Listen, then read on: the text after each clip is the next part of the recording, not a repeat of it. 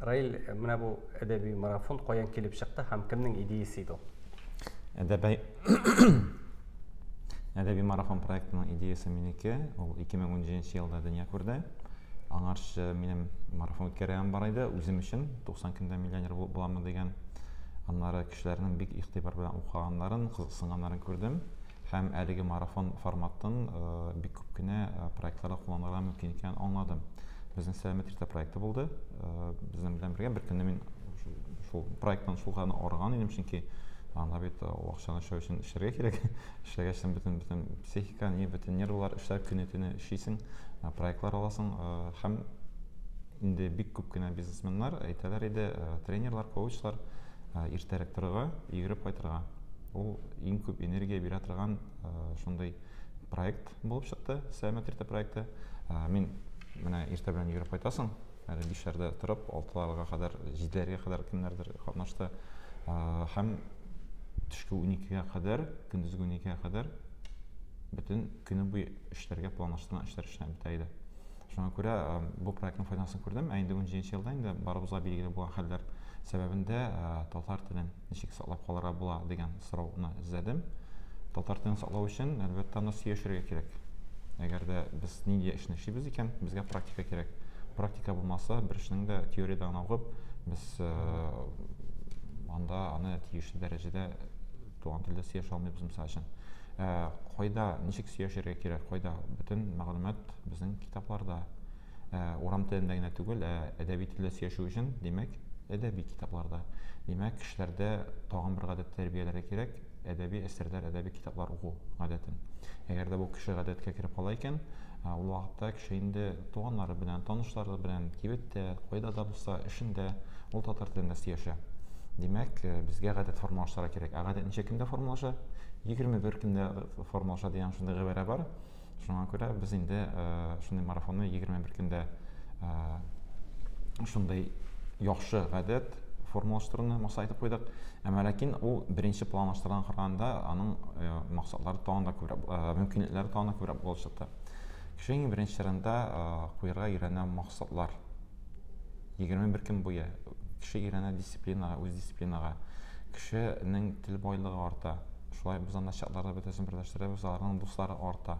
Ягъни бик күп анда бер кеше сынап чыккан иде, моны 3 ел 80-гә якын яхшы характеристиканы арттыра кешенең.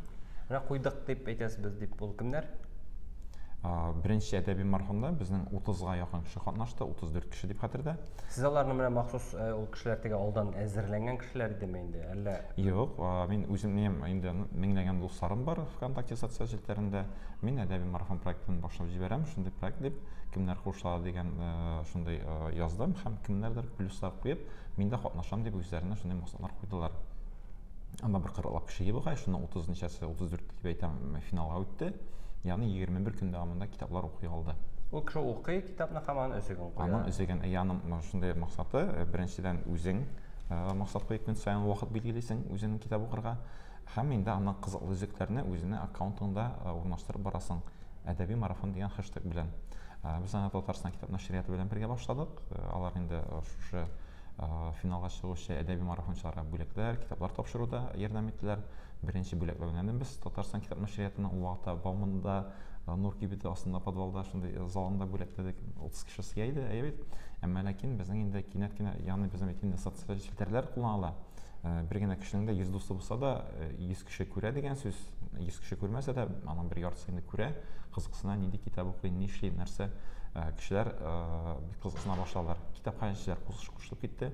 Чөнки әдәби марафон проектына катнашам дип, күп кенә кешеләр китапханәгә йөри башладылар, китаплар ала башладылар. Кемнәрдер сатып ала башлады. Шуңа күрә инде бу үзенә күрә бер резонанс булды. 30-дан 60, 60-тан 130, 130-дан шунда 500-гә артты. Без аны лаешта үткәрдек. Аннары 1000-нән артты. Инде 12-ста үткәрдек. Инде алга таба безнең пирамидалар һәм башка шундый проектлар китте.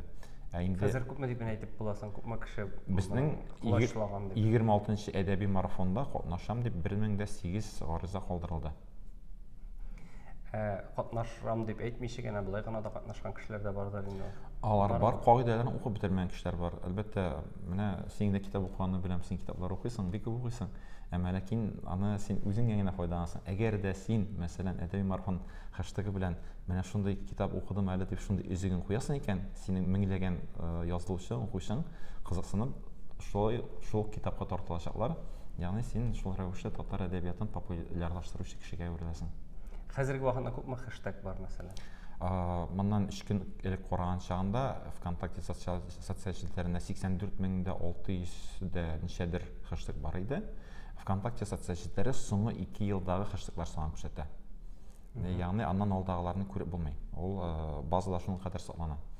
Бу төрле язылышларны исәпкә алып тора инде. Юк, хэштег әдәби марафон шушы язылышы. Бездә бит инде хәзер шундый әйбер, анда кемнәрдер әдәби дип. Юк, алар анысы инде андалар безнең бөтенләй әдәби марафон проекты түгел, бу бөтенләй башка проект. Алар үз ярым татар яисә белмим нинди шундый проект, алар бигез. Алар 200 300 штук кына ул аның күп түгел, аның ул исәпкә керми алайса. Аларны без исәпкә алмыйбыз. Әгәр дә кеше шулай яза икән, ул төшеп кала проекттан. Хаталы итеп язса дип әйтик. Хаталы язарга кирәкми, кеше куярга тиеш татар клавиатурасын катнашучы, татар хәрефләре белән матур итеп аны күчереп язарга тиеш. Инде безнең кичкенә балалар да катнашалар, иң кичкенә катнашучы 5 яшь. Аларның инде үз аккаунтлары булмый, алар әтиәйләре алар өчен үзләренең аккаунтларында балалары, мисал өчен кичкенәрәк түбән башлангыч сыйныфларда булса, алар матур итеп аны язалар, язганны фотога төшереп шайтып куялар, мисал өчен үзләре. Моның димәк баланың язу күнекмәсе дә яхшыра. Һәм инде әлбәттә ул китап әдәби әсәрләрне инде таныша дигән сүз. Әкиятләр күбрәк укыла. Раил, менә син үзең бу кулачлау дәрәҗәсе белән канәгатьме? Кулачлау дәрәҗәсе белән әгәр дә без менә моннан 5 ел элеккегә ВКонтактены карасак, татар телендә язучыларның һәм WhatsApp'та аралашучыларны, һәм башка социаль челтәрдә аралашучыларны карасак, шул татарлар салам дип эндәшә иде, салям дип эндәшә һәм башкалары. Бит. Менә минем аккаунтта, мәсәлән, нинди яңалык куям, дистәләгән комментарий кала, бер генә хата калдыручы да юк. Ул әлбәттә минем кешеләр. Менә нинди кемнәр белән эш йөртәсең, шулар белән үсәсең диләр бит. Шуңа күрә минем аудитория мен үземә телне кадерләгән, аны кимсетмәгән, татар клавиатурасы белән язган, максатлар куя торган, ныклы рухлы, милләтпәрвәр, ягъни үз эшендә булдырып эшли торган шундый шәхесләрне үз яныма җыям, һәм алар да минем белән бергә үсәләр, мин дә алар белән бергә үсәм. Әгәр дә кеше инде салям, сулям, әллә нинди шундый сүзләр белән сөйләшә торган, ярым рус шундый үз итә икән, димәк, ул шулар белән шунда калачак. Шуңа күрә аларда күзәтелми, һәм инде бәлки мин бераз бу кешеләргә карата кимсетү дә әйтәм дә, әмма ләкин чынбарлыкта әгәр дә син татар кешесе икән, әгәр дә син үзеңне татар дип әйтәсең икән, әлбәттә ул телне белергә тырышырга тиеш.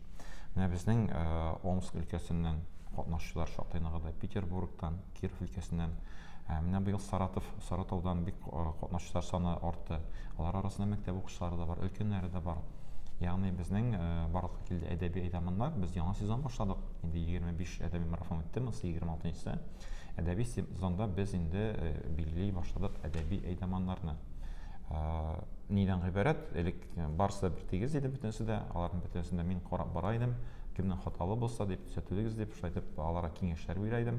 Көненә 100 кеше белән аралашып шулайтып инде укытучы ролендә аларның хаталарын төзәтеп киңәшләр бирә идем. Хәзер инде минем эш бераз җиңеләйде дияргә була, әмма ләкин безнең инде моңарчыда барлыкка килгән иде әдәби әйдәманнар. Без аларга тулы бер статус бирдек. Хәзер вакытта һәрбер әйдәманның үз командасы бар. Анда мәсәлән шул Сарытаудан бер ханым икән, ул Сарытауларның җыйрагына түгел, анда башка төбәкләрдән булырга мөмкин. Яисә Әлмәттә, Сабада, яисә башка шундый шәхес бар икән, ул шулай ук бөтен Россия, бөтен дөньядагы татарларны чакыра һәм үз командасына кертә ала. Һәм бу команда белән алар инде кенә үсәләр. Әлбәттә, ахырда нәтиҗә ясаганчанда безнең 6 номинацияны билгеләдек әлегә. Татарстан буенча иң актив район, без аны моңарчыда билгеләйдек. Билгеләйдек шулай мәктәпләрне. безнең Россия буенча иң актив Россия Федерация субъекты төбәге әдәби әйдәманны билгеләйбез команданы билгеләячәкбез. Шулай ук чит төбәкләр буенча кемнәр кайсы илләрдән катнаша икәнен һәм безнең үзе артыннан балаларны иярткән, балаларны әдәби марафонга алып кергән, бу инде үзенә күрә остаз, әдәби әйдәман остаз дигән статусны яшьләр арасында юниор дип атадык инде без аны, әлбәттә татар телендә түгел. Аның бәлки яңа исемен уйлап табарбыз. Менә яшь кеше булып та үзләре артыннан шундый актив команда туплый торган шундый кешеләрне билгеләргә булдык. Бу командалар шактый ныгышыйлар һәм безнең менә чат аның үзенең телеграм каналы бар. ВКонтактеда безнең төркем 6000-нан артык кеше инде. Менә аудиториясен сорасаң, хәзерге вакытта әдәби марафонны белгән кешеләр саны, ишеткән саны якынча 250 меңнән артып китә. Әйбит, 2000 ярымнан артык катнашучы кеше булганы бар бер әдәби марафонда. Катнашырга теләп дип гариза биргән. Ягъни 2000 дигән барьерны без узып киткән бар. Аны 10% дигән сүз. Беренчедән безгә аның 250 мең генә түгел миллионнан кеше белә икән, әлбәттә 10 мең, 100 мең кеше катнашырга мөмкин. Һәм әгәр дә аның бит әле кеше ишетеп калуына түгел, ул кайчан да булса киләчәк, ул кайчан да булса аңлаячак телнең кадерен. Телнең кадерен беләләр, менә без сәламәтлекнең кадерен беләбез, сәламәтлекне югалткач кына. Әйбет, телнең кадерен дә менә бик нык ничегендә үзләре каядыр Омскта яшиләр, Сарытауда яшиләр, Питерда яшиләр, шундый матур бездән дә яхшырак татарча сөйләшә диләр. Кеше менә бу аралашу даирәсен югалта баргач, аның кешеләр кимегәч, ул телнең аның мөһимлеген, кирәклеген аңлый бара. Һәм менә бик күп кенә күтәрелешләр дә шул мәсәлән тел мәсьәләсенә 2010 елда тел менә бу мәсьәләләр булмаса, безнең телгә игътибарыбыз кимегән булыр. Без әкренләп төшә барган булыр. Менә шундый нинди дулкын барлыкка килү, ул туган телгә игътибарны, аңа мөнәсәбәтне, аңа ихтирамны тагын да ныгытты. Тел үсә генә башлады. Менә мондай берләр кайчан да теге укол кадагыштан айнып китәсең бит яисә наркоздан соң. Шундый берләр бәлки кирәктер дә. Әмма ләкин шул вакытта безгә нинди стимуллар да кирәк. Без инде әдәби әйдәманнар аша менә бу стимулларны булдыруны яңа сезонга керттек. Бик күп сөйләдем. Менә катнашучыларның яше күпме? Иң кечкенәсе 5 яшь катнашучыларның. Күпчелек күпме? Күпчелеге якынча уртачаны санаган чагында 42 яшь килеп чыга. Мин аны санаганым 22 елда. Бу 22 елныкы, 23 елныкы мин әле санамадым. Аны безнең бөтен таблицада тутырыла, Excel'дә аны санап чыгару 5 минут вакыт ала, бер шисе бар, аны язып чыгарга кирәк булыр. Моторда 42 яшь иде. Ягъни монда яшьләр дә бар, өлкәннәр дә бар. Әгәр дә без күпчелек карасак, анда 48-60 яшьләрдәге ханымнар, алар иң күп катнашучылар. Анда шактый күп китапханәчеләр, укытучылар бар.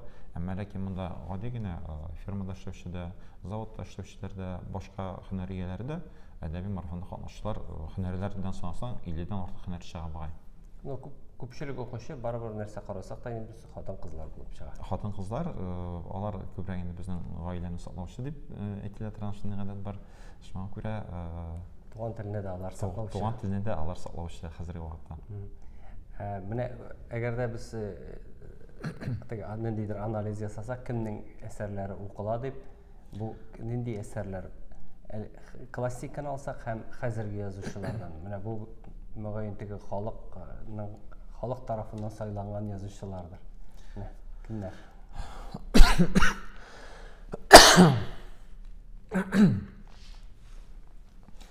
Без һәр елны гына түгел, һәр кварталда, һәр әдәби марафоннан соң анкета тутырып җыеп алабыз. Нинди язучыларны укыдыгыз, кайсы язучыларны, шәхесләрне сез сәхнәдә күрергә теләр идегез тантанада дигән шундый сораштыру үткәрәбез. Һәм аның рейтингын язып барабыз. Татнаны үстерү фондының сайтында, рәсми сайтында tat-i.net адресы буенча анда табырга мөмкин менә бу исемлекләрне. Соңгысы безнең шулай Кәрим Тинчурин театры белән бергә үткәргән Тинчурин театрына 90 ел тулуң аеннан анда тантана шунда үтте. Һәм безнең беренчедән Тинчуринны укучылар монсында күп булды, мисал өчен әйбит. Әлбәттә инде хәзерге вакытта исән түгелләрдән инде хәзерге вакытта актив һәм тантанага чакырылган кеше күрергә теләгән язучылар арасында беренчеләрне алды Айгөл Әхмәтгалиева. Инде ул 2-3 тапкыр беренче алып килә, аның әсәрләре иң күп укылган дип әйтергә кирәк, һәм аны бик яратып укыйлар. Лидерлар арасында безнең Зифа Кадырова, язучылар берлегенә кермәгән булса да, язучы шәхес буларак аның әсәрләрен Татарстанда гына түгел, башка төбәкләрдә бик яратып укыйлар. Безнең Аркай Зайдулланың әсәрләрен шактый укучылар бар.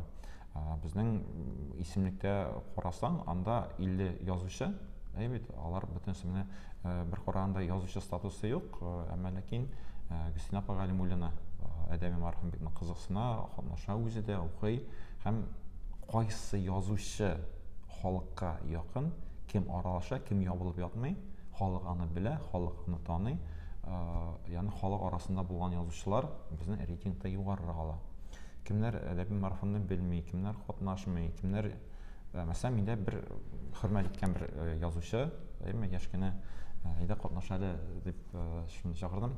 Юк, Раил, минем әсәр язасым бар. Мин булды, ябылдым, миңа бер кем кирәкми, мин бер нәрсә укымыйм, миңа бер нәрсә кирәкми, миңа ябылырга кирәк диде. Бу язучы мин ихтирам итәм, языла, әмма ләкин бу рейтингта 50 язучы арасында да юк. Аның әсәре чыкты, аның китабы чыкты, бу китапны алмыйлар да, укымыйлар да. Бу ябылып ята. Бәлки ул мәңгелек әсәр язгандыр. Бәлки ничәдер дистә елдан соң аны укырлар, бит. Әмма ләкин әле менә бу әсәрен яңасын әле укып чыкмадым. Әмма ләкин исемлектә бу кеше юк. Шуңа күрә инде әгәр әдәби марафонда менә мин күптән түгел үземнең ВКонтактеда аккаунтта хәзер вакытта Нури Арслановны укыйм. Әле Миркасым Госманов турында укыган китабын җыен нәшриятында чыккан. Һәм хәзер укып китәсе килә, чөнки бик бу шигырьне мин аны цитата буларак шулай куйдым үземдә. Һәм инде бу сорауга мөгаен җаваптыр әйтәсе килә. Нури Арслановның шундый шигыре бар. Булмаса халык дигән. Ахак, замруд, алмаз, якут бар да асыл таш. Тик аларның кыйммәте юк, булмаса кояш. Алар караңгыда калса күренми күзгә. Яктылыкка гына чагыла, нурланып безгә. Шагыйрьләр дә нәкъ асыл таш. Тик шунысы анык, балкымас, янмас, яктырмас, булмаса халык. Менә шуңа күрә халык булмаса, бу язучы чынбарда аның өлчәми. Әгәр дә без шул шәхесләрне карыйбыз икән, безнең күп кенә язучылар, алар халык белән аралаштылар. Мәсәлән, Фәнис Абыяруллин бик ачык иде. Бит аңа кемнәренә килмиләр иде, кунак булалар яна күрәләр иде. Аны яшьләр дә, өлкәннәр дә барысы шигырьләрен бик яратып укыйлар. Безнең хәзер исемен оныттым. Арчадан 1941 ел балаларының авторы Мөхәммәд Мәхдиев, ул шулай ачык кеше иде. Бит аны шулай халык ярата. Безнең устазыбыз дип бик күпләр аны язып чыкканнары бар. Миркасым Госмановны шулай бик күп язып чыкканнары бар. Фатабы Галимуллинны белмәгән кешеләр юк, аны укыйлар. Бит ул шулай рейтингта ничәнчедер урында. Аркай Зайдулланы менә депутат булгачтан аны тагында күбрәк укый, аның белән күбрәк иҗат белән кызыксына башладылар. Зифа Кадырованың кайда гына йөргәне юк. Менә чакырам тантана, Раил, мин анда Ульян өлкәсендә, яисә мин тагын кайсы өлкәгә киткән идем әле, кайтып җитә алмыйм тантанага, килер идем, алдан билгеләнгән иде дия. Яисә тагын шундый менә бу шәхесләр, алар инде лидерлар рәтендә һәм аны халык яратып укый. Монда инде теге Нури Арслановның шигырен бераз үзгәртсәк, булмаса халык дигән сорауга, булмаса әдәби марафон дип үзгәртеп булыр иде, инде. Әдәби марафон юк инде, бу халык белән язучыларны җитер аралаштыра торган бер. Безнең тантаналарда без язучылар берлеге белән инде ничә җыенчы әдәби марафоннан башлап, менә инде 26-нчы үтә Татарстан язучылар берлеге белән үткәрәбез. Беренче җидесен аның Татарстан китап нәшрияты белән үткәрә идек. Һәм мин һәрвакыт әйтәм, Татарстан язучылар берлегендә язучылар килсеннәр, тантана кемнең киләсе килә, бөтенесенә алар чакыру җибәрәләр. Аларның кайберләре рәхәтләнеп киләләр, җыелалар, кайберләр шалтыратып сорыйлар, килсә ярыймы дип, безгә мәктәп чакыру килгәндә, электрон почтада спамга киткән булган икән диючеләр бар. Бит карадым, укыдым, киләм Раил диючеләр бар. Шуңа күрә без язучыларны максимум аралаштырырга тырышабыз. Һәм гади халыкка да бит ул язучы бер караган чагында, мәсәлән, беренче шундый сораштыруларны үткәргән чагында анкетада сорый идек, балалардан анкеталардан килә, кемнәрне сәхнәдә күрергә телисез, кемнәрне чакырыйк дигән сорауга безнең тантанага Тукай килсен иде, Алиш килсен иде дип җавап бирәләр иде. Белмиләр иде, алар исәнме, юкмы, алар бөтенләй укымыйлар иде. Хәзерге вакытта анкетаны тутырасың, әмма балалардан шуны килә, аларның белмәгән әйбере юк, алар бөтенсен менә инде хәзерге вакытта исән булмаган бер генә язучыны чакыру юк, соңгы 5-6 марафонда. Менә сез сөйләп утырасың, бу сүзләргә бит инде монда куанырга түгел, бер уйлаганда утырып җыларга кирәктер бәлки. Нәрсәсенә? Тукай килсен дигән, димәк инде менә укыган дип әйтик инде, аның укытучылары булган, аларга мондый мәгълүмат та барып җитмәгән дигән сүзме инде бу, әллә башка әйберме, хәзер бүтән кыйммәтләр дип үзеңне юатыргамы? Монда берничә вариант бардыр, чөнки чынлап та бәлки аны ныклап игътибар булмагандыр. Мәсәлән, без аны укый алабыз. Мәсәлән, мин көненә шулай ук әдәби әсәрләр генә түгел, программалау буенча, тагын инде үземнең эш буенча, аспирантура буенча күпме китаплар укыйм, әсәрләр укыйм, анда философиясын, инглиз телен, методология, педагогика бөтенсен укыйм. Мин сортлыйм үземә кирәклеләрен генә. Нәрсә кирәк, ул башта кайсыларны хәтердә кала. Әмма дә ләкин, димәк, мин үземә нәрсә мөһим дип саныйм, мин шуларны истә саклыйм, истә тотам. Димәк, бу мөһим дип санала алмаган ул вакытта. Димәк, ул аны укыган, анда паратны укыган, анда кисек башны укыганмы, таң нинди генә әсәрен укыса да, ул Тукайның аны укыган, аның шигырьләрен белә, шәхесне белми. Әдәби марафон ул әдәбиятны гына түгел, шушы татар шәхесләрен һәм китап укучыларны, китап язучыларны, аларны тоташтыра торган бер проект. Раил, менә син үзең ничек күрәсең, менә хәзерге вакытта татар менә без сез әйткән буенча 42 яшь, әйеме? Менә яшь буынның без беләбез бит инде, кайдадыр 2, кайдадыр 3 сәгать инде хәзер мәктәптә. Сизеләме менә бу татар теленең белү дәрәҗәсе, татар әдәбияты белән кызыксыну дәрәҗәсе кимегәне, яки киресенчә кимемәдеме? Бер нәрсә дә үзгәрмәде. Монда нәрсәләр үзгәрде. Менә кайсы районнар, кайсы укытучылар актив эшли үзләренең укучылары белән. Аларның эшенә дәвам итә, аларны яхшыра. Мәсәлән, билгеләп үтәсе килә Апас районының Каратун мәктәбен. Аларның укытучылары Сәвия Тимершина. Ул шул кадәр балалары белән нык эшли. Әйбет, ул аны бөтен районны күтәрделәр. Әйбет. Шул вакытта, мисал өчен, Соба районы китапханәче, үзәкләштергән китапханәче җитәкчесе Ләйсән ханым.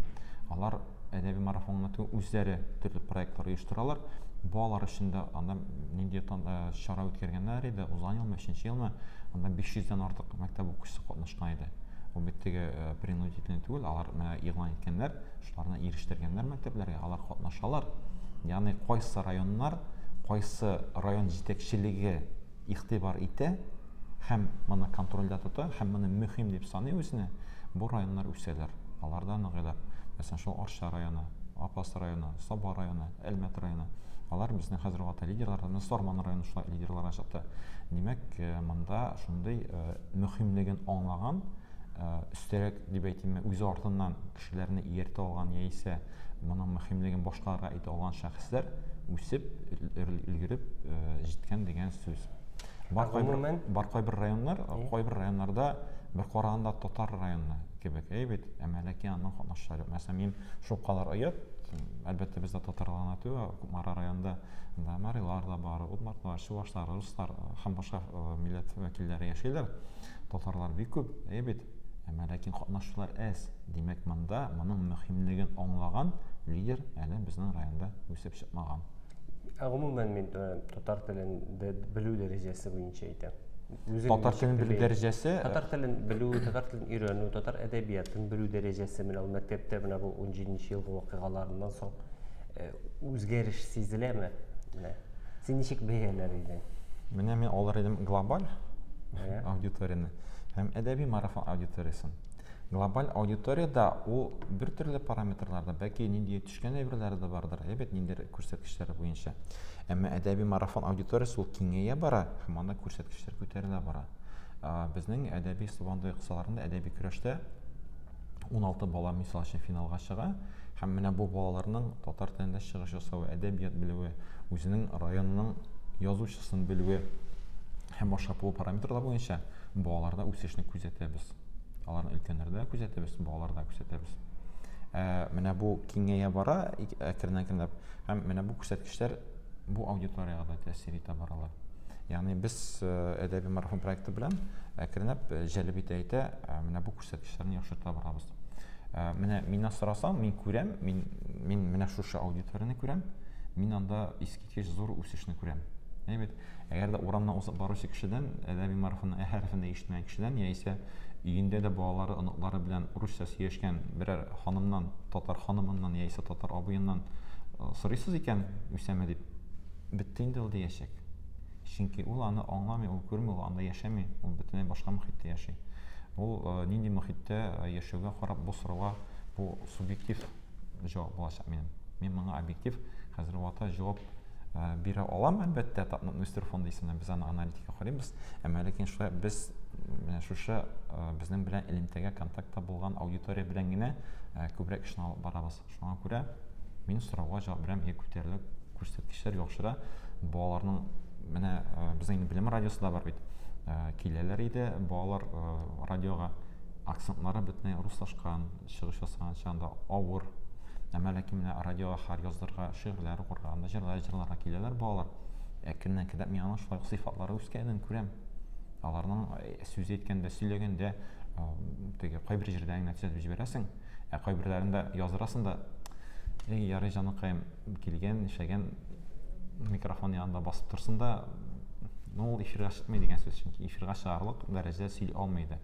Әмма ләкин шушы 1-2 елда гына да безнең балаларның шул мәктәпләрдән кат-кат киләләр. Әйбәт, мин аны теге төрек мәктәптән мисны яхшырак, мин яхшырак мәктәпләрне сайлап башлаган ниясе түгел. Мәсәлән, без адымнар белән хезмәттәш итәбез. Анда инде балаларның шул балаларның килгәннәре бар кат-кат һәм аларның сәнгатьле сөйләмнәре, чыгышлары инде яхшыра бара. Күпкә. Шуңа күрә мәлегә мин күтәрелеш кенә күрәм. Яш ишетләр күрәбез бит инде моны әйтәләр дә, язучылар да әйтә, менә хәзер авылларда да балалар татарча, урысча сөйләшә башладылар дип. Бу тенденция сизелмиме бер ничек тә менә син ничек уйлыйсың менә руслашамы мәсәлән татар авылларында? Менә хәзер вакытта ул менә руслашу күзәтелде. Ничә еллар дәвамында безнең төште. Һәм аңа ниндидер русча әйткәндә противовес кирәк. Менә мин кайчан да чакырам төрле чараларга, туры эфирлар чыгаруга, Илсөяр Иксанованы, Аркаил Абысайдулланы, яисә Газинур Мурат, яисә башка язучыларны. Раил, мин бу мәктәптә чыгыш ясасым бар. Юк, безнең монда тагын нәрсә. Менә моны 3-4 ел чагында, башта караган чагында, язучылар берлегендә андый чыгулар, йөрүләр юк иде. Хәзер бар иде, аның кадәр күп күрмәдем. Хәзер аны көнне 2-3 шундый мәктәпләргә, тагын нинди әйберләргә йөриләр. Димәк, бу кешеләрне укытучылар, язучыларның бөтенсен күбрәк беләләр, күбрәк әдәби марафончылар чакыра безнең районнарда, алар киләләр. Бу балалар бит язучылар белән керәләр, сөйләшә. Мәсәлән, шул без Равил Батулла белән шулай элемтәдә ул IT буенча киңәшләр булса, Раил энем ничегрәк әйтеп җибәрәләр дип сорый, ул компьютерда бөтен җигә язан ничә яшендә, әйбәт, Равил ага, аның үзенең сайты бар, үзенең таны дәберләре бар.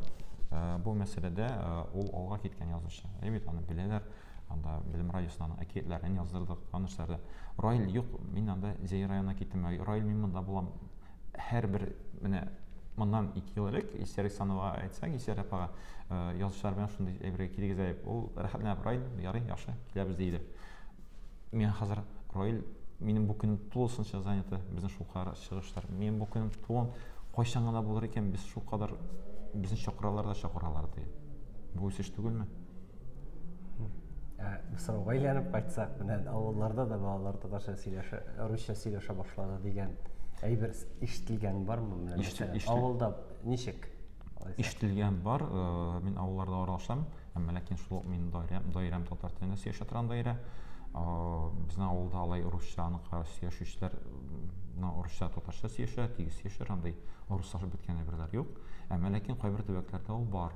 Аларны әйе факт, чынлыкта. Әмма ләкин бу иң беренче чиратта китап белән генә дә бәйле түгел, гаилә белән генә дә бәйле түгел. мында күбрәк инде хәзерге вакытта заманча технологияларның үтеп керүе. Без балага кичкенә чакта комачауламагына дип бирәбез мәсәлән телефон. Телефонда кемнәрнеңдер шул Маша и Медведь, тагын нидер рус мультфильмнары, рус әйберләре, рус уеннары була икән. Әлбәттә, бу бала әкренләп аның дөнья, ул виртуаль дөньяга кирип китә. Виртуаль дөнья ул мәсәлән рус телендә. Әти-әнисе күпме өйдә генә татарча сөйләшмәсен, ул инде менә шу виртуаль дөнья аңа кызыграк. Әгәр дә әти-әнисе аңа алмашка бу виртуаль рус дөньясына яисә башка шундый дөньяга алмашка балага кызыклы башка әйбер бирмәсә, ул вакытта әлбәттә безнең бу күренеш дәвам итәчәк.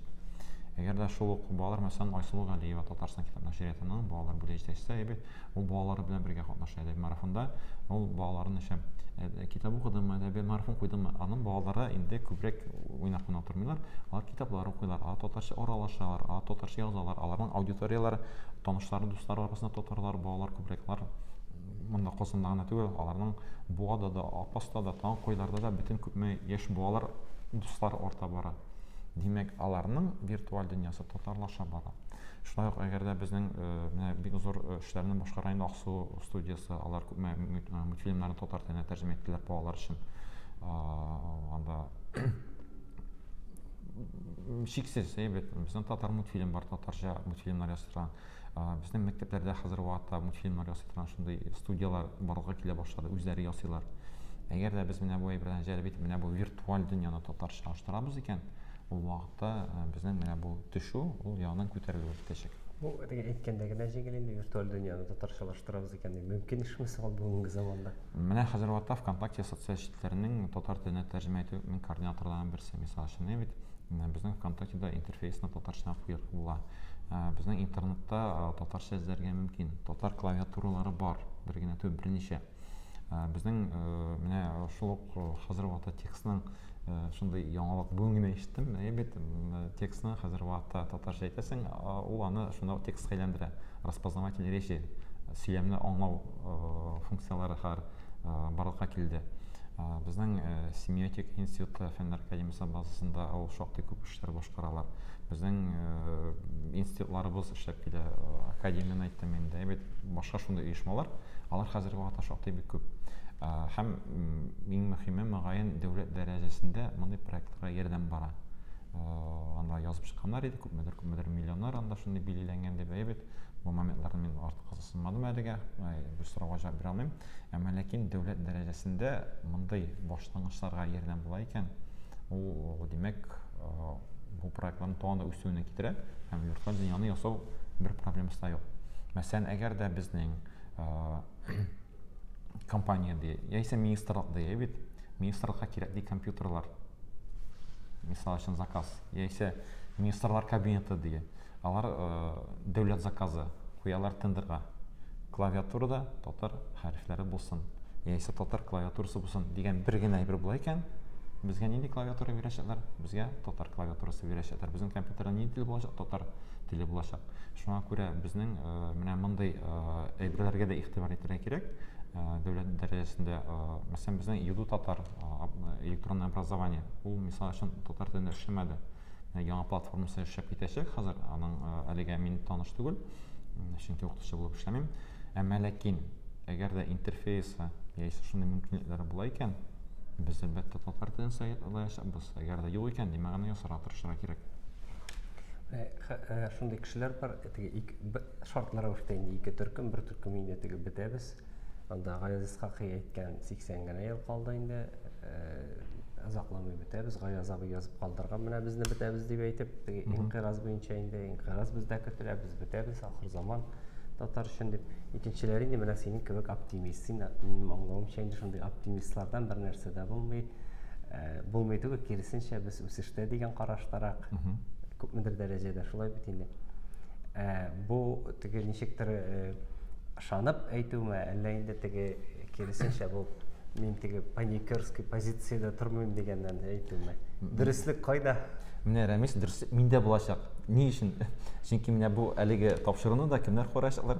Татарлар карайчы, алар демәк моның белән кызыксына бара дигән сүз. Аларның күңелләрендә демәк шулай оптимизм дигән сүз. Монда миллион карау булмаячак. Миллион карау булмаячак. Мин мисал өчен әйттем, мин бит Татар информны миллион карамыйлар менә.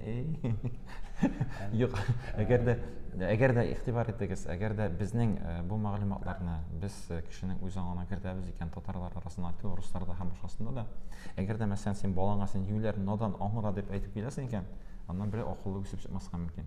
Әгәр дә син булдырасың улым акыллы, син әйтә тырыш дип әйтәсең икән, аннан әлбәттә нинди акыллы кеше үсеп чыгара мөмкин. Шуңа күрә без ничек дип әйтәбез, нәрсә дип без фаразлыйбыз, шул үтәргә тиеш. Әгәр дә менә Гаяз Сакый бу әсәре белән татар дөньясына нидер бәки зыян, бәки яхшылык ясагандыр. Ул бер караганда кемнәрнеңдер шул пессимистларның башына кертеп калдырган бүләбез дигәнне, икенчеләрнең башына кертеп чыгарган, бу җүләр икән, моны дөрес әйтмәгән дип, әйдә без аның киресен эшлигә дә, без саклыйга да дип, аның киресенчә күтәрелә торган кешеләрне үстереп чыгара алгандыр бәки. Бу программалаштыру дип атала инде. Программалаштыру дип, ул анда хәзер вакытта бик популяр дип әйтик инде. Чөнки ул сәясәттә дә бик андай бер телевидениедә бар диләр, интернетта да бардыр бәки. Әмма ләкин үз программалау булса дөрес. Әгәр дә без мәсәлән ул программалау бик көчле спортсменнарда, аларның тренерларында. Әгәр дә спортчы психологияттан шундый ныгсыз булса, ул бер барьерны да уза алмаячак. Әгәр дә аның үз көче, үзенә ышанышы була икән, ул вакытта ул дөнья рекордын да куячак, нидә башка уңышларга да ирешәчәк, олимпиада рекордларын да куярга мөмкин. Әгәр дә без үзебезгә телне бетәбез дип шундый әйбер куябыз икән, программалайбыз икән, ул вакытта безнең бернинди барьерны алу да бер үсештә булмаячак. Әгәр дә без үзебезгә программалайбыз икән, үсәбез дип, ул әлбәттә үсешкә барачак. Һәм менә ничә кеше карый дигәннән, бездә менә максималь карау ул булды 5 миллион. Бер видеоны. Видеороликны. Ул шортс кыска ролик, сездә юк инде. Күпме кеше карарга мөмкин максималь дигәннән. Бу нинди периодта ничә елда? Бу 1 елда. 1 ел эчендә. Кайбер видеолар бар, алар мәсәлән берничә ел буена җыялар инде. Миллион карауны. Якынча, ялгышмасам, 10 видео бар. Менә шушы 5 елда 10 видео миллионнан артык карау җыйган. Сорау бирәм әле үзеңә. Үсеш күзәтеләме караулар саны буенча? Караулар санында бик көчле үсеш күзәтелде соңгы елда. Мин син сорауга җавап бирдем дигән сүз. Юк, бу ныклап шөгыльләнү белән бәйле, бу YouTube'тагы ныклап шөгыльләнү белән бәйле булды. Һәм моның сәбәпләре бар.Ул илдәге булган вакыйгалар белән бәйле. Һәм шуннан чыгып сорау бирик инде, без моннан читләшеп кала алмыйбыз дип әйтик инде. Менә илдә ниндидер теге вакыйгалар була икән инде, күпмедер вакыттан соң аның хакында әсәрләр чыга. Менә әйтәләр инде теге сугыш вакытында түгел, менә 45-нче елга сугыш вакытында иң көчле әсәрләр ул чыккан 60-70-нче елларда. Күпмедер вакыттан соң менә 90-нчы еллар узды, 90-нчы еллар турында бездә менә көчле әсәрләр язылдымы? Бармы алар бездә? Белмим инде, слово пацана дип әйтергә булса. Ул русча бит. Анысы русча. Татарча. Татар теле. Нишләп без читтә менә уйлап карыйм да, без менә безгә кагылмаганмы соң инде менә бу вакыйгалар турында бездә әсәр. Ркәй Зәйдулланың бар бәян зур булмаган дип әйтик. Менә шундый роман бу вакыйгаларны тасвирлаган. Нишләп тумады икән татарда?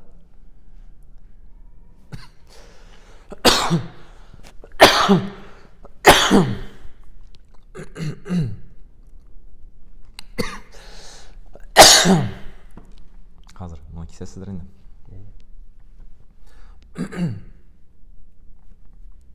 Мин әйтер идем, ул мөгаен аның кадәр, әгәр дә мәсәлән әсәрләре килгән чагында, андый әсәрләрне минем аның кадәр әллә ни укыган юк.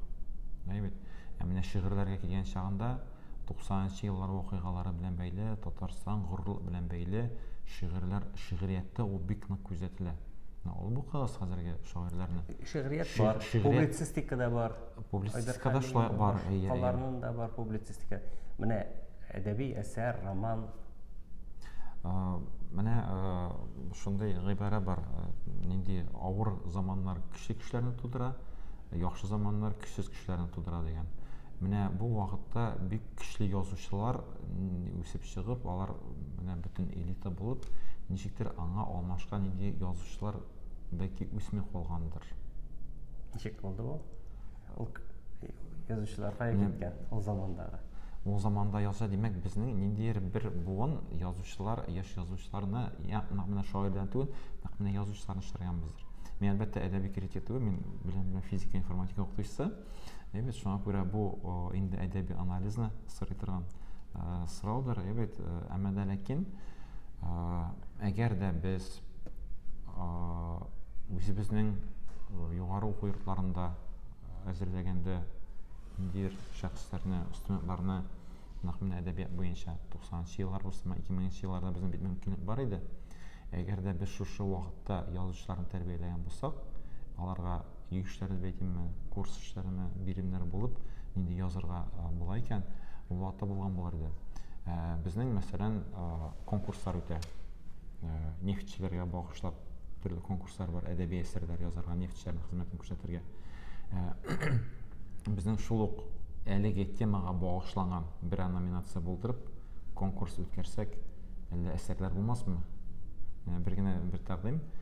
Бу инде сорауга әлбәттә бу әзрәк, менә шигъриятта монда үсеш барын күргән бар, күзәтәм дип җавап бирә алам. Менә шулай килеп чыкты, бу шарт турында безнең менә шундый әдәби әсәрләрне, мәсәлән, кеше искә төшерерлек, бәлки ул чыккандыр да инде, мәсәлән, кешедән сорасаң, менә шул шарт турында берәрендә роман булдымы дип, кылткан әйтеп, менә искә дә төшмәй. Бәлки булгандыр да, нәрсәдер чыккандыр да, игътибардан читтә калган. Бәлки ниндидер дәрәҗә цензура булгандыр, аны да әйтә алмыйбыз бит. 90-нчы еллардагы цензура. Бар цензура, бар үз цензура, чөнки кеше 90-нчы түгел, хәзерге замандагы цензура 90-нчы еллар турында үз цензуранысы язучы үзе язмый. Язучы үзе язмый булып чыга. Демәк, язучыны бит ул нәрсәдер рухландыра, нәрсәдер сорау кузгата. Бәлки аның бу рухын кузгалта торган бер булмадыр да. Нинди ачы белән, нинди шагыйрьләр аны шалт әйтеп ташладылар, аны язып чыктылар. Әмма ләкин менә шуны рухны бер әсәр, бер роман язып бетерер дәрәҗәдә тотып тора ала торган, демәк, нинди хис кичерешләре булмаган язучыларның бу вакытта. Мен бүгенге шарт турында роман кайчан язылыр икән? Без инде болай сөйләшеп утырабыз, физик белән. Бүген так физика формулаларын кулланып җавап бирәм. Так, E= mc².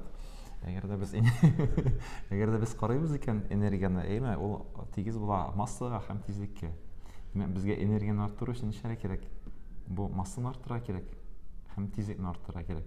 Әгәр дә без массаны ничек арттыра алабыз? Бу әдәби конкурслар аша түгел, әдәби конкурслар ул тизлек, ул тизләндерә, әйбәт нидер чикләр куя.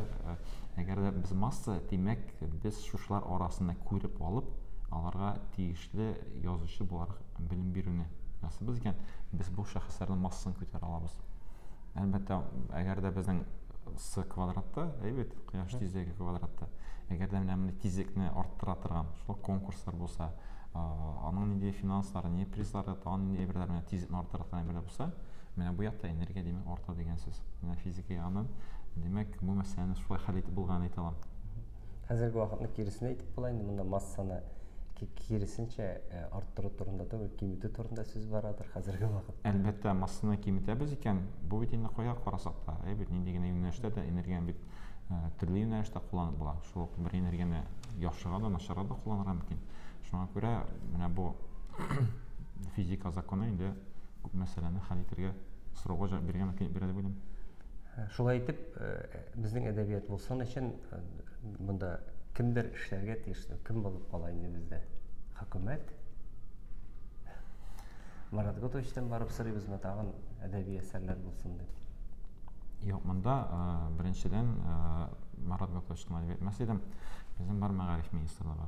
Шулай бит безнең тәрбияләнә яшьләр, кичкенәдән безнең шул яшьләр министрлыгы бар, безнең илһам конкурсы бит, ул шулай була, мисал өчен, яшьләр министрлыгы бар.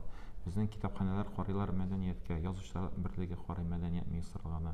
мәдәният министрлыгының эшчәнлегендә менә шул министрлыклар менә бу юнәлештәге министрлыкларның һәм әлбәттә безнең тагын бер көчле инструмент ул матбугат. Димәк, матбугат аша шушы министрлыкларның ярдәме белән без бу мәсьәләдә бик күп әйберләрне үзгәртә алабыз. Шуңа күрә матбугатта ни язу кешеләр шиматымен сен әйттегез бит 5 миллион кеше карады бит. Сез аны нинди темасына карый бит ул, әйме? Менә без моны язабыз, аны укымыйлар. Без моны яхшы языйк әле. Моны укырлар, безнең караулар күбрәк булыр иде. Безнең караулар күбрәк булгач, анда безнең реклама бирүчеләр күбрәк акча бирәләр, бит. Шундай бирләр булырга мөмкин. Әмма дә ләкин кешеләрне дә тәрбияләргә кирәк.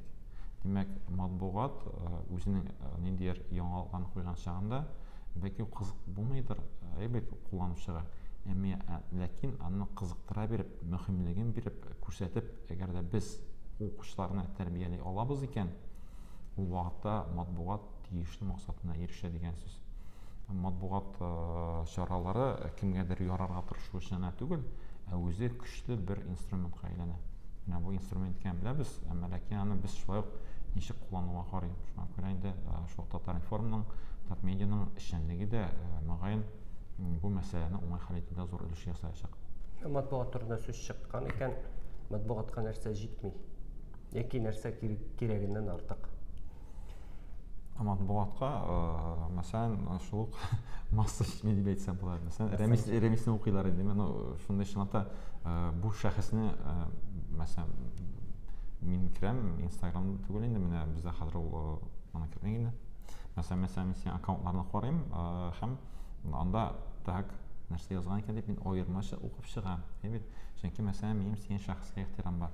Мәсәлән, мин ниндидер шундай танылган язучы, танылган шәхеснең, шундай танылган журналистның әсәрдә публицистиканы укыган чагында яңалыкларын һәм башкасын мин аны аермача укып чыгарга тырышам. Димәк, безгә үзебезнең бу журналистларны халыкка танытырга үстерергә кирәк. Чынлапта көчле дигән әйбет.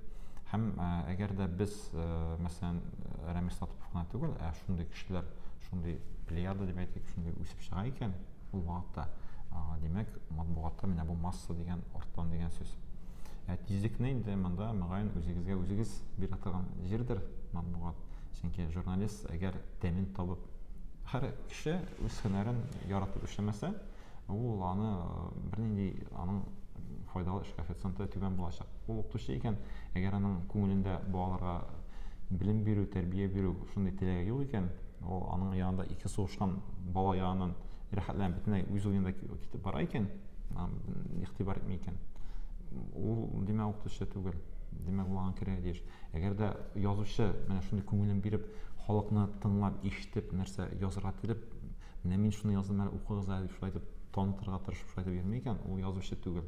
Әгәр дә журналист шундый язып, аны халыкка ирештерү өчен тырышып, менә укысыннар өчен сыйфатлырак, аны каяндыр алдың, мәсәлән, элегрәк безнең бик кеше иде ул башка матбугатларда. Мәсәлән, районнарныкында алдылар да, Татаринформнан алып куйдылар, Интертаттан алып куйдылар, үзләренең яңалыкларын язырга иренәләр иде. Хәзер вакытта районнарда журналистлар үсеп чыга. Менә монда Татмедиа базасында монда гына түгел, һәрбер районның менә шундый кеше журналистын үстереп чыгарсак, безнең инде ничә 40тан артык кеше журналист булып чыга. Димәк, безнең матбугатта мөгаен һәрбер районның шундый берәр шәхесен үстереп чыгарып, алар өчен нинди курслар үткәрәсезме? Алар өчен ниндидер менә сездә мастер-класслар үткәрәсезме? Алар арасында ни конкурс үткәреп, аларны ничек тә мактыйсызмы? Менә шундый эшләр була икән, бу әлбәттә матбугатның, татар матбугатын күтәрергә бер мөмкинлек бирәчәк. Менә Татмедиа үстерү фонды буларак, менә хәзерге интернетка бәя бирсәк, татар интернетына берничә ел элек менә син шундый әйткән сүзең бар иде, менә шушы татар теле укытучылары кимү сәбәпле интернетта да мәгълүмат контент ихтыяҗ җитәчәк һәм кимиячәк тә, чөнки укытучылар үзләренең сайтларын ясыйлар иде бит инде. Менә хәзерге вакытта ничек ул кимедеме? Кимегәндер инде дөрестән. Ул менә кимеп алды, ул гомумән кимеде, чөнки безнең шушы пандемия чорында мәктәпләрдә укытулар шундай берләр булып алды, әмма ләкин шул вакытта безнең укытучылар күп кенә технологияларны өйрәнделәр, интернет технологияларны, һәм аны дөрес куллана башладылар. татар телендә белем руга килгән чагында, белем ру порталында әлбәттә дәрес планнары, татар тел укытучылары дәресләр саны ким булгач, димәк, планнарны дәресләрне дә әзерләргә кирәк. Димәк, шундый нидә булса, нидә мәсәлән Фатих Кәрим иҗатында нәрсәдер дигән нидә мәсәлән бит теманы. Димәк, аның инде бу темага ихтыяҗы булмаячак, аны эзләмәячәк һәм ул белем ру порталындагы шундый менә дигән яхшы дәрес планына яисә нидер рефератка яисә нәрсәдер ул анда эләкмәячәк, ул аны укымаячак дигән сүз. Димәк, моңа ихтыяҗ булдырырга кирәк. Шулай ук масса. Шулай масса. Масса ул инде һәм менә син әйттең, мәсәлән, ул безнең үсеш күзәтелде, бик нык үсеш күзәтелде. Без шул СММ технологияләр яисә башка шундый технологиялар куллана башладык. Шуңа күрә бик нык үсте дип әйттең дип аңладым. Бит? Ничек аңламадым? Юк, менә соңгы елда бик нык үсте дип әйттең бит, анда караулар. Караулар ул ул махсус рәвештә технология кулланылды дип. Махсус рәвештә шөгыльләнү нәтиҗәсендә, күбрәк игътибар бирү нәтиҗәсендә. Димәк, махсус шундый игътибар бирергә кирәк. Булай ул менә теге стихияле рәвештә, мәсәлән, үсеп бара иде. Елына 8,000-гә, YouTube канал турында соңгы елда 100,000-гә. Бу берничек талай үсеп китә алмый бит инде үзеннән үзе генә. Махсус рәвештә игътибар бирү нәтиҗә сәбәпле дип әйтик инде. Бүтән социаль челтәрләрнең тукталып калу сәбәпле дип әйтеп тә була, чөнки аларда эшчәнлек күпмедер дәрәҗәдә тукталу сәбәпле, уларына игътибар бирү сәбәп. Шулар аркасында. Менә татарда теге контент ягыннан ничек бәя бирергә була. Менә минем үземне бик нык теге ачуымны китерә. Менә шул шайбер теге татарча белмә кеше ничек ишетә, шулай яза. Менә ышана дигән сүзләр белән язып куялар бит. Ышана дигәнне мәсәлән. Ничек ишетәләр, кешеләр шулай язалар. Менә мондый әйбер теге минемчә елдан-ел күбрәк тә шикелле үземә. Әллә миңа гына шулай тоеламы ул? Менә син әйтәсең, киресенчә татар хәрефләре белән дөрес язалар дип әйтәсең. Минем аудитория ул әдәби марафончылар китапны укыйлар, китапта укыгач, аның ышананың ничек язылганын беләләр. Алар укыдылар, алар күрделәр. Шуңа күрә әгәр дә шундый хаталар белән язалар икән, аларга күбрәк китап укырга тәкъдим итәргә кирәк. Шул гына. Мондый әйбер теге күзәтелә масса күләм дип әйтеп булмыймы? Мин бу сорауга бик җавап бирә алмаячакмын, чөнки минем аудитория бик һәм татарда нинди менә нәрсә җитми хәзерге вакытта, менә онлайн орфография бар, сүзлекләрнең әйянда теге ниндидер сүзлекләр кирәк әле, ләкин сүзлекләрнең инде анда теге онлайн версиясе бар. Нәрсә сорауга, менә аудионы да текстка әйләндерә торган әйберләр бар. Нәрсә җитми хәзер? Татарча. Менә әгәр дә без карыйбыз икән, шундый бар пирамида дип аталар, потребности ихтыяҗлар пирамидасы бар. Бит, иң беренче чиратта аңа ашарга, эчәргә, үлмәс өчен торак кирәк бит. Әгәр дә безнең ашау эчү дәрәҗәсендә, безнең әгәр дә ашамлыкларны сатып алган чагында ашамлыкларның исемнәре татар телендә булса, бит безнең чәкчәкләр, эшмаклар, эшмак түгел, но ким өчен ул эшмак инде ул бит. Әмма дә ләкин аның әкрен-әкрен бер әйтте, ике әйтте, аннары кара бу эшмак дип языла икән дип уйлар, аннары әкрен бу билгеле бер ата килә. Менә бу ашау дәрәҗәсендә безнең үсте. Безнең биналар тораклар дәрәҗәсендә, әгәр безнең урамнар дәрәҗәсендә хәрәкәт йөргән чагында, әгәр дә безнең урамнар исемнәре бөтенесе татар телендә тәрҗемә ителгән, биналарда компанияларның исемнәре, эш вакытлары һәм башкалары белән булар татар телендә эшләр икән, димәк, бу көндәлек тормышта була торган әйберләрдә татар теле булса, менә бу татарларга менә бу әйберләр кайчан җитеп бетмәй. Безгә көндәлек аралашуда татар теле җитми. Чөнки без иң беренче чиратта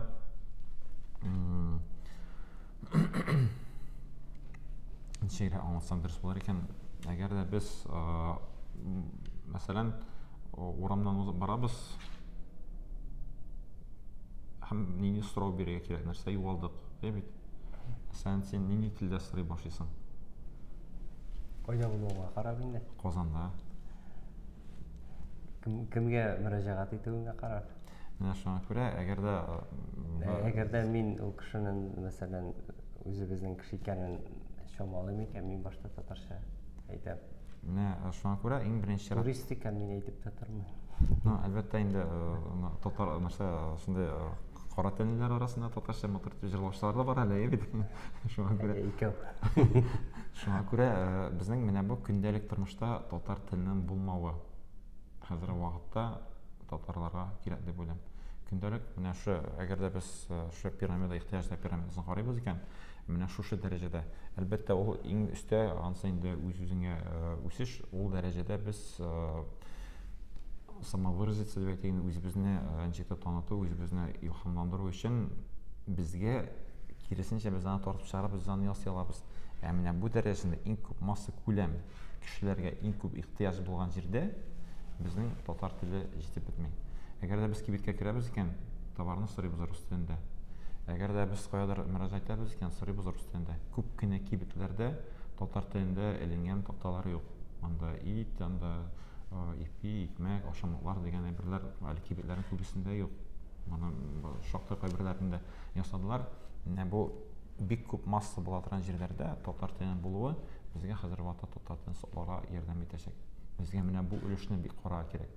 Менә бу өскә өлешендә анда күпләр менеп җитә алмыйлар. Бит анда шунда инде буддалар гына менеп җитә дип әйтергә була. Менә безнең бик күп масса, алар көн саен ашый торган, көн саен шәй кирәк, эшәргә кирәк, ашарга кирәк, йокларга кирәк. Менә бу әйберләр бөтенсе менә иң күп ихтыяҗ булган җирдә татар теле булса, татар теленең үсеше була дигән сүз. Иң күп ихтыяҗ һәр интернетта мәсәлән керде. WhatsApp-ның татар версиясе бармы? Юк, мисал өчен Telegram-ның татар версиясын ясадык, әмма ләкин ул 100% әле түгел, шуңа күрә аны рәсми рәвештә татар телендә үзгәртергә мөмкин түгел. Telegram-ны татар телендә кулланырга була. Менә безнең көндәлек нәрсә бар? Менә шушы җирләрдә татар теле кирәк. Балалар өчен ул мультфильмнар нидер булырга мөмкин. Укучылар өчен ул дәреслектәр булырга мөмкин. Укучылар өчен дәрес планнары нидер шундай берләр булырга мөмкин. Календарь һәм башка планнар. Төзүчеләр өчен ул бер медиклар өчен икенче бер һәм башкасы. Менә һәр берсенең менә шу төп массада безнең татар теле хәзер вакытта җитми. Бу реаль соң аны булдыру. Бүгенге шартларда, бүгенге вазгыятьтә. Әгәр дә син максат куясың икән, максат куйган бөтенесе дә була. Булмаган әйбер юк. Бары тик шу максатны куярга кирәк. Һәм дөрес максат куярга кирәк. Бу максатны куярга тиеш. Максатны һәр кеше үзе куярга тиеш дип уйлыйм. Әгәр дә мәсәлән мин чыгып, шул кибеттә анда дайте, пожалуйста, мне молока, яйца, барасы нәрсә, хлеба там дип сорыйм икән, димәк, мин моны беренчедә үстерә катнашмыйм. Әгәр дә исәнмесез, зинһар ипи бирегез. А что не понял? Ипи, хлеб. Бер әйттең, икенче кеше килеп сорады. Бу сатучы ипи дигәч, өченче сатучыга ипи сораса, аңа ипи бирми дип уйлыйсыңмы? Алар бирәчәк ул ипине. Син шулай эшлисең. Мин шулай эшлим, белмим. Ничә кешене татарчага өйрәттең? Безнең татар иле дигән социаль проектны ясаган чагында без татар телен өйрәнү система ясаган идек. Анда Ярославльдән бер кыз татар егетенә гашык булып, аны кияүгә чыгарга җыенып, 3 айда шушы безнең платформада, татар иле платформасында татар телен өйрәнде һәм миңа килеп бүләкләр итеп, Казанга килеп, шушы егет белән матур гына яшиләр хәзер вакытта, татарча аралаша, сөйләшә, мин белән татарча сөйләште. Элек бу кыз мин белән русча сөйләште. Татар телендә ничә теркәләргә мин ара кертеп җибәрдем. Шунда өйрәнде, ул безнең тестовый группада, тест төркемендә булды. Бер кешене татар телендә мин өйрәттем дип 100% әйтә алам. Минем энекәшләр, үзенең балалар татарча аралашалар. Энекәшләр алар Киров районында яшиләр, Яске Полянада укыйлар, мәктәптә рус телендә. Җәйкене кунакка кайталар. Кайталар да мин белән русча сөйләшә башлыйлар. Бу мин мәктәптә укыган вакытта алар әле мәктәп укучылары. Мин алар русча әйтәләр. Мин шул русча әйткәннәрен шул вакытта татарча тәрҗемә итә башлыйм. Русча әйтәләр, татарча әйтәм, русча әйтә, татарча әйтәм. Бер 2-3 көн нервлары бетә, 2-3 көннән алар татар теленә сөйләшеп китәләр. Бәлки менә шушы минем аларны татар теленә өйрәтүем миңа хәзер синхрон тәрҗемәче дәрәҗәсенә китергәндер дип уйлыйм, чөнки мисал өчен кимдә кем рус телендә сөйләп тора икән, мәсәлән син если ты на русском языке будешь что-то говорить, мен татарчасына рәхәтләнеп шунда әйтеп бара алам. Чөнки мин синхрон тәрҗемәләрдә катнашам русчадан татарчага. Шуңа күрә һәм телне белү, шулай инглиз телен яхшы гына өйрәнергә тырышам, һәм телләрне белү ул безнең дөнья карашны ача. Әгәр дә без рус телен беләбез икән, ул вакытта безнең менә мондый гына булачак. Эгер дә безнең татар телен беләбез икән, безгә татар теленнән тыш казак теле ачыла, төрек телләре ачыла. Ягъни бик зур масса күләм ачыла. Мәсәлән, бик күп материалларны эшлим. Инглиз телен беләбез икән, әлбәттә тагын да күбрәк ачылачак. Без үзебезнең горизонтларны ачабыз. Әгәр дә без үзебезнең балаларыбызны рус мәктәбендә укысын әле, егердән бәлки ничә бал алар укырга керер дип ничибез икән, бит бу баланың фикерләве бик нык тарая. Бик күп ата-аналар үзләренең балаларын шулай итеп шиклиләр белемнәрен.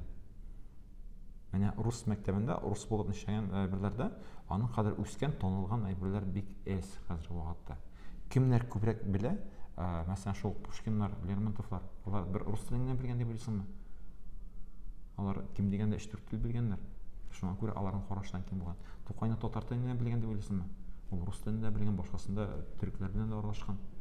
Шуңа күрә, әгәр дә без менә шул кадәр надан дип әйтим, мәсәлән, ата-аналар бар, алар безнең балаларны, үзләренең балаларын шундый итеп укытып, татар телен сөйләп, алар белән русча сөйләшеп, аларның белемнән шул кадәр аларның балалары үсеп чыкмаячак, алар аның зур дәрәҗәгә ирешмәячәкләр.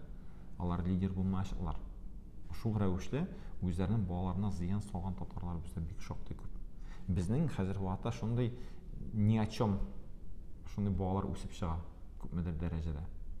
Шуңа күрә безгә киң карашлы, аудиториясе кешеләре күп булган, дуслары күп булган, шундый шәхесләрне үстереп чыгару кирәк. Һәм бары тик күп телләрне белгән чагында гына, күп укыганда, күп горизонтлар киң булган чагында гына безнең менә шушы балалар алга таба уңышлы кешеләргә әвереләчәкләр. Әмәлсеме әле генә теге шундый оптимистик прогнозлар, фаразлар әйткән идең, хәзер бик күп дип әйтеп, киресенчә пессимистик әйберләр сөйли башладың. Син бит инде оптимист. Менә кабап йөрсә, кемдән син янда утыра, мөгаен син пессимистик уйлар бәлки килгәндер. Шуңа күрә. Юк, мин үзем теге алай программалаштырган кебек итеп, менә шул бетәбез дигән карашта үзем тормыйм. Мин анда карашта тормыйм, әмма теге проблеманы бик җитди дип саныйм. Менә бу минем фикерем, менә чөнки син чын журналист, ул объектив карарга тиеш, субъектив булырга тиеш түгел фикер. Бөтен субъектив карый торгандыр инде. Мин менә күрүләрдән чыгып үземнең теге мәсәлән авылда балалар анда мәсәлән тыпракта уйныйлар. Уйнамыйлар да инде хәзер бик сирәк андай әйберләр. Сирәк уйныйлар дип әйтү инде безнең замандагы шикелле түгел, әмма менә аларның теге сөйләшүләре бер-берсенә русча дәшүләре миңа кайвакыт менә гаҗәп. Катнаш авыл булса бер хәл, мәсәлән, катнаш булмаган авылларда да, мәсәлән, төрле авылларда, мин бер генә авылда, бер авылда булса ул ниндидер теге сәбәпләре бар дип әйтер идем. Кайбер авылларда да, күп авылларда дип әйтим. Менә шундый әйберне мин күзәткән, менә балалар бер-берсе белән русча сөйләшәләр. Ике татар баласы, икесе дә татарча белә, әмма алар русча сөйләшәләр. Чөнки монда татар теленә ихтыяҗ тудырылмаган. Аларда. Моның теге сәбәпләрен менә күптер инде. Сәбәпләре бик күп. Глобализация дигән шундый әйбер бар. Кемләп инглиз теленә күчү дигән бар. Безнең 98 елда, 95-98 елларда мин анда укытты, университетта укыган чагында безнең француз теле укытучысы бар, 95 елда. 98 елда французлар бөтен Европаны яулап алачаклар, сезгә француз телен белергә кирәк дип шулай француз телен укытайбыз. Без куркаек, ничек инде французлар басып аларда француз телен укырга туры киләчәк дип бит. Беренче курста чагында. Әмма ләкин безнең шундай үз аңа шундый репрет кертәбез икән, ул бөтенләй даже дөрес булмаган әйберне безнең кертә башка.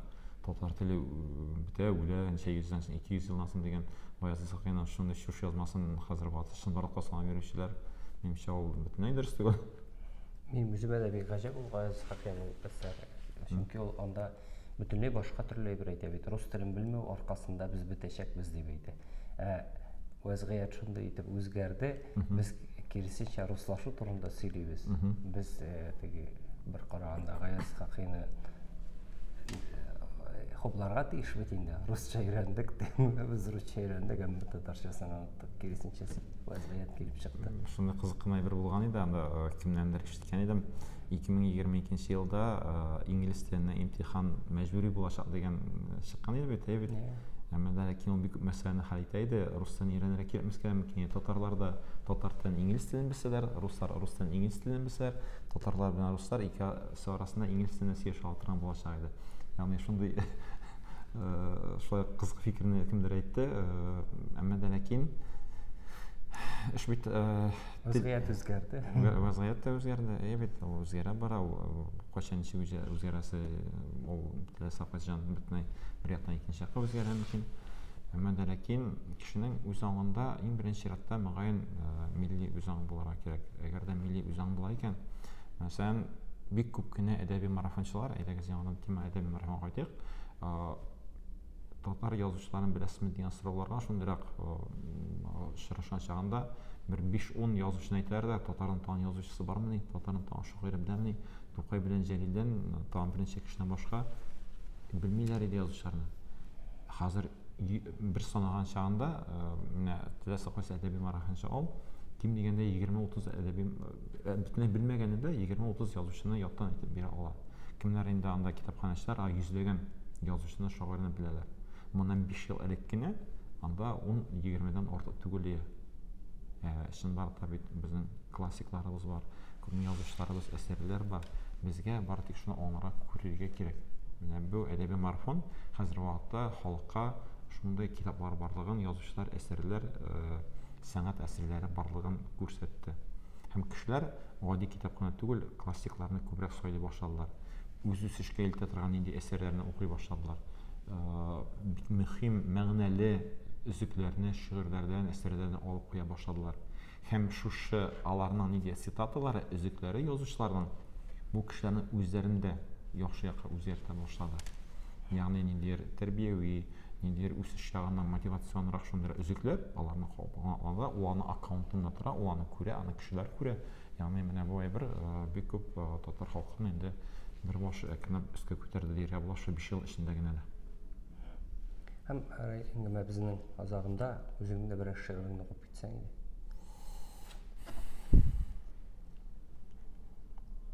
Нинди шигырь икән әзерләмәдем бит.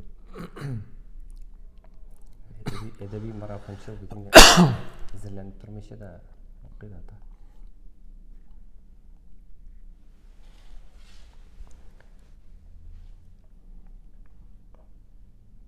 Яки инде күңелең хош күргән бер шигырь.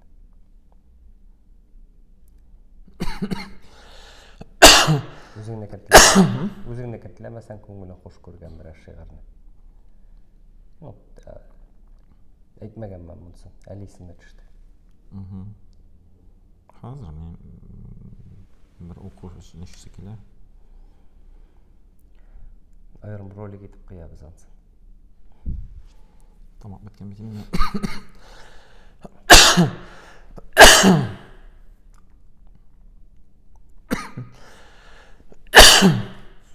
Суалып чыгып менә. Тотып торыйммы? Эзләргә дә.